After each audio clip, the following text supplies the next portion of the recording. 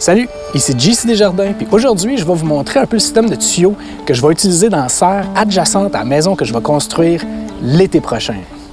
J'étais supposé construire cet automne, mais avec la pandémie, pas vraiment le bon moment pour construire. Les tuyaux sont là dans le but d'offrir ce que j'appelle une géothermie de pauvre. Ça fonctionne pas exactement comme des systèmes géothermiques traditionnels. Les deux grosses différences, c'est qu'un système traditionnel doit souvent être entre 250 et 300 pieds de profond. Ça joue pas mal sur le prix. Puis il fonctionne avec un liquide qui circule dans le tuyau. Tandis que ce système-là, tous les tuyaux sont enterrés à peu près à 8 pieds de profond. Donc, ça peut être fait avec une excavatrice. Puis le système, il fonctionne à air au lieu de fonctionner à l'eau. C'est des fans qui vont soit pousser ou tirer l'air selon les besoins ou la saison. Ça, c'est le plan sur SketchUp. Et des fois, comme ils disent, une image vaut 1000 mots. Ça va vous aider à visualiser où c'est que je m'en vais avec mes tuyaux. Il y a même le corridor central de la serre qui est à peu près 4 pieds dans le sol. Donc, ça ajoute un peu de géothermie passive à la serre, ce qui est toujours un plus. J'ai aussi le mur du fond au nord qui va être en béton, qui va capter les rayons du soleil pendant le jour puis redistribuer la chaleur en infrarouge en soirée dans la serre. Ma serre sera un peu un mélange entre les serres solaires passives chinoises puis une géothermie qui a des caractéristiques d'un système AGS. Donc, en gros, l'air va se promener dans 3 chemins différents, ou genre 3 réseaux de tuyaux. Le groupe de tuyaux principal mesure environ 220 pieds. Ces 2 fonctions principales sont de réchauffer en hiver en allant chercher le 5-6 degrés Celsius de température dans le sol sur le 220 pieds de tuyau. Et l'autre fonction, c'est de climatiser la pièce en été, encore en allant chercher le même 5-6 degrés Celsius dans le sol. Le but en hiver, c'est pas de chauffer la serre comme telle, c'est vraiment juste d'amener ça en haut de 3-4 degrés Celsius pour pas que ça gèle. Le ventilateur qui gère cette série de tuyaux-là, le 220 pieds, est déclenché par un thermostat. L'hiver, le ventilateur va partir à 3 degrés, puis en été, probablement autour de 26 degrés, en théorie. Quand je vais concrètement pouvoir faire des tests avec la serre, je vais sûrement ajuster un peu ces valeurs-là, mais pour l'instant, sur papier, 3 puis 26, ça me va tout à fait. Donc, l'air est poussé par le ventilateur à l'est, l'air passe ensuite par le 220 pieds de tuyau, puis ressort ici à l'ouest de la serre. L'emplacement est-ouest est assez important parce qu'on veut que le courant d'air suive le courant d'air des vents dominants qui partent de l'ouest vers l'est. La deuxième série de tuyaux fait 90 pieds environ. Sa fonction principale, c'est de climatiser en hiver. Climatiser en hiver? Ça va, man? Eh oui, malheureusement, s'il fait comme un beau gros soleil dehors en février à moins 25, ben dans ta serre, il va faire 30 pendant la journée.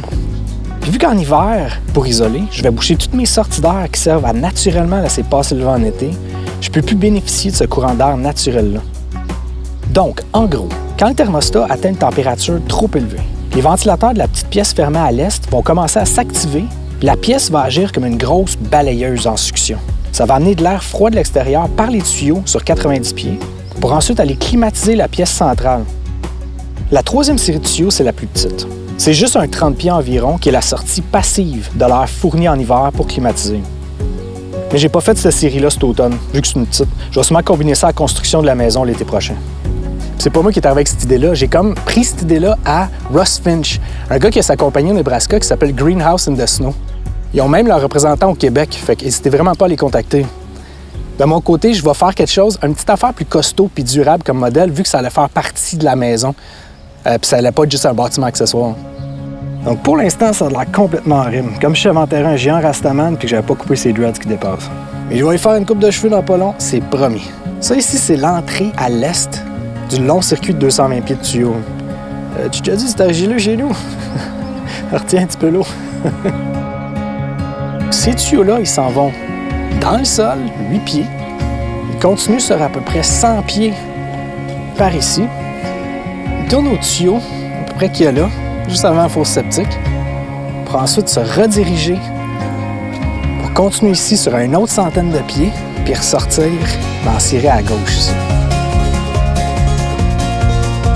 Ça ici, c'est la sortie des 12 tuyaux qui va climatiser en hiver. Elle, même chose, elle part dans 8 pieds dans le sol, sur 90 pieds, pour venir sortir ici juste avant la fosse septique. Fait que ça, je vais sûrement juste y mettre un cap dessus, après les avoir coupés. Ça, c'est de là que l'air va être tiré à l'intérieur de la serre pour la climatiser en hiver. Fait que le tuyau que j'ai mis ici, c'est juste comme une précaution que j'ai mis dans le sol pour récupérer de l'eau si jamais il y a une infiltration d'eau dans le sol. C'est tant qu'avoir le sol ouvert, c'était le temps de le mettre. Ne t'accumule pas dans mes tuyaux, là, sinon je vais être fâché. Fâché, fâché, fâché. J'ai drillé plein de trous dans le dernier 2 pieds du tuyau, j'ai recouvert le géotextile. Puis je l'ai glissé en dessous de ma série de 24 tuyaux. Vu que c'est le point le plus bas de mon terrain, plus de chances de récupérer l'eau, là, si jamais il y en a qui s'infiltrent dans le système. Puis mettre les tuyaux, c'était pas une petite job non plus. Puis c'est dommage parce que j'ai pas réussi à filmer ça avec la bonne caméra. J'étais trop dans le feu de l'action, puis j'étais couvert de bois de la tête aux pieds, mais j'ai réussi à prendre quelques shots avec mon téléphone. Bon, c'est un format de marde, mais au moins c'est documenté. Puis pour me faire pardonner d'avoir mis ça en mode portrait au lieu de paysage, j'ai mis les petites images cute de chaque côté. Faire des tranchées de 220 pieds sur 8 pieds de profond, ça déplace du matériel en maudit. Évidemment, comme rien peut aller sur les roulettes du premier coup, je suis tombé sur un petit problème. À ma grande surprise, pas grande surprise de l'excavateur, on a pogné des veines d'eau. Surtout une année que c'était à grosse canicule, que les puisatiers sont débordés, les puits sont à sec. Puis non, chez nous, ça pisse. Ce qui m'a fait quand même chier sur le coup. Mais ce qui montre par contre que mes swells font leur job de capturer l'eau puis la faire pénétrer dans le sol. Ça, c'est une excellente nouvelle pour la santé de mon puits dans le futur. Tu sais, l'eau, ça risque de devenir une denrée assez rare. En fait, pas mal toutes les ressources tangibles risquent de devenir une denrée assez rare dans le futur. Fait qu'essayons d'avoir, tu sais, plus de tomates, moins de bitcoin, s'il te plaît. Par contre, de l'eau dans ma tranchée, ça va très mal pour enterrer les tuyaux. Surtout les tuyaux qui flottent. L'autre problème que causait l'eau, vu que les rebords étaient graveleux, avec beaucoup de roches, il y avait souvent des éboulis qui tombaient en plein milieu de la tranchée. Donc, on n'a pas eu le choix de louer une pompe submersible pour pomper toute l'eau hors des tranchées pour pouvoir descendre les tuyaux. On voulait pas non plus placer les tuyaux manuellement dans le trou pour éviter de se manger un éboulis sur la tête. Donc, on a fait un système pour tirer les 12 tuyaux de 250 pieds de long avec un câble géant, avec l'excavatrice. J'ai fait 3 paquets de 4 tuyaux attachés ensemble pour ensuite attacher les 3 paquets au gros câble puis tirer la totale d'une shot. Disons que l'opération était assez intense. Un autre problème que j'ai eu, c'est la terre dans ce coin-là était remplie de grosses roches. Puis on avait trop de chances de perforer les tuyaux en remblayant avec ce matériel-là. Donc j'ai dû commander 6 10 roues de sable pour couvrir d'au moins comme 10 pouces les tuyaux, puis ensuite remblayer avec le matériel plus rocheux par-dessus pour éviter de percer les tuyaux. Parce que j'ai vu une couple de gens sur YouTube faire ce genre d'installation-là, puis ils se sont retrouvés avec plein d'eau dans leurs tuyaux.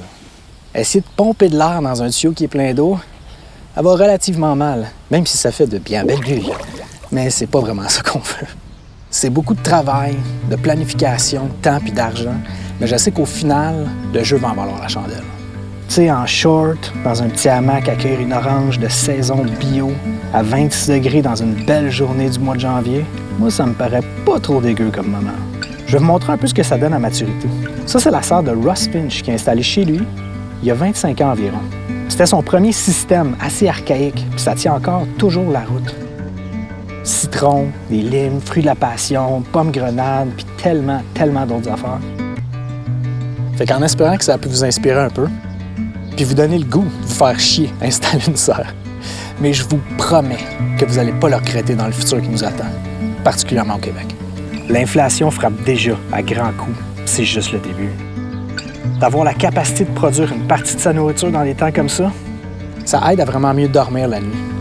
Ça donne un gros sentiment de pouvoir, de sentir qu'on n'est pas dépendant d'un gouvernement qui nous crache de plus en plus d'en face. Et bref, j'ai vraiment hâte de vous montrer la suite, mais en attendant, fermez vos TV, fermez vos radios, puis fermez vos journaux. Mais gardez l'esprit ouvert.